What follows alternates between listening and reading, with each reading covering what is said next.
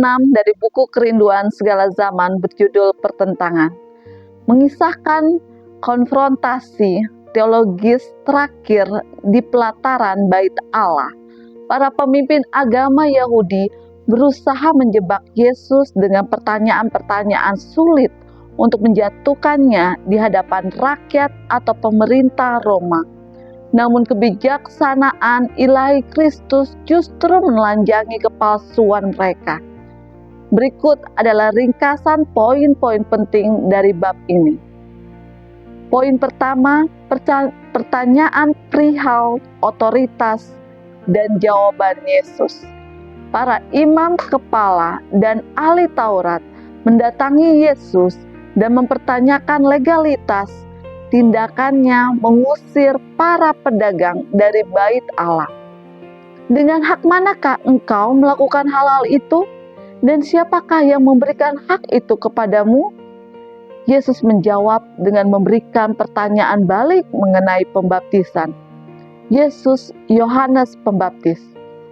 Pembaptisan Yohanes itu dari mana? Dari sorga atau dari manusia?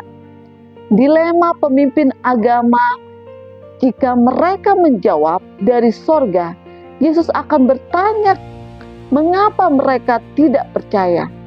Jika menjawab dari manusia, mereka takut dimusuhi rakyat yang menganggap Yohanes adalah seorang nabi.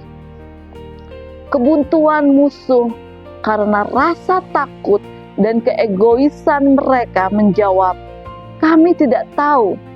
Yesus selalu menegaskan bahwa dia juga tidak perlu menyatakan otoritasnya kepada orang yang menolak kebenaran. Poin kedua, perumpamaan dua orang anak.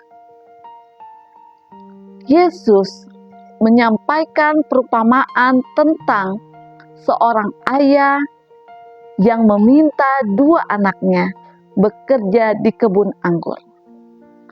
Anak pertama menjawab, "Tidak mau."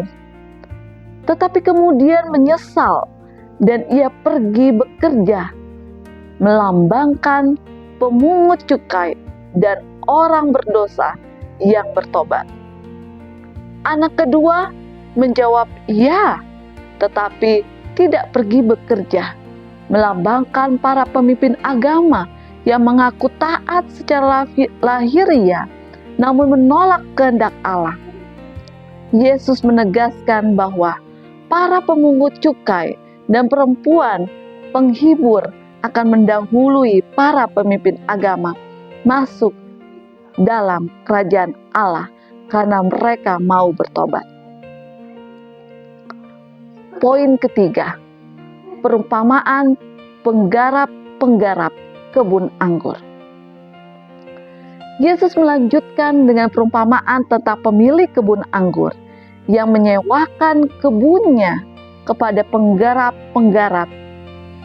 Penolakan utusan, pemilik mengutus hamba-hambanya, yaitu para nabi, untuk mengambil hasil, tetapi para penggarap memukuli dan membunuh mereka. Pembunuhan anak tunggal, akhirnya pemilik mengutus anaknya sendiri, yaitu Kristus, tetapi para penggarap membunuhnya agar dapat menguasai warisan tersebut. Melalui perumpamaan ini, Yesus menelanjangi rencana rahasia Sanhedrin yang hendak membunuhnya. Para imam menyadari bahwa perumpamaan itu ditujukan kepada mereka, namun mereka tidak berani menangkapnya saat itu karena takut kepada orang banyak. Poin keempat, perumpamaan perjamuan kawin dan pakaian pesta.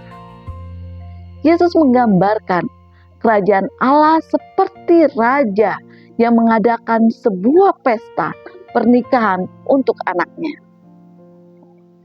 Penolakan undangan. Undangan pertama yaitu bangsa Yahudi.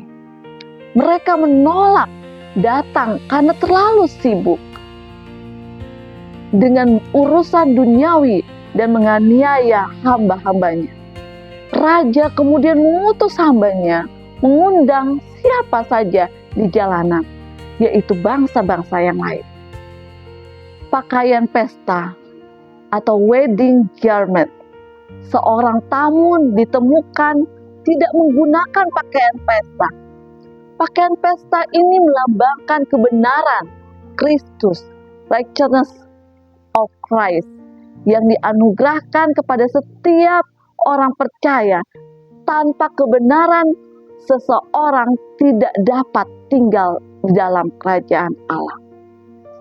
Inti pesan bab ini menunjukkan bagaimana kesombongan dan kebutaan rohani yang membuat para pemimpin agama menolak Mesias, meskipun kebenaran berada di depan mata mereka. Ellen G. White menekankan bahwa pengakuan iman lahiriah tidak ada artinya tanpa pertobatan sejati dan pakaian kebenaran Kristus dalam kehidupan sehari-hari. Tuhan memberkati.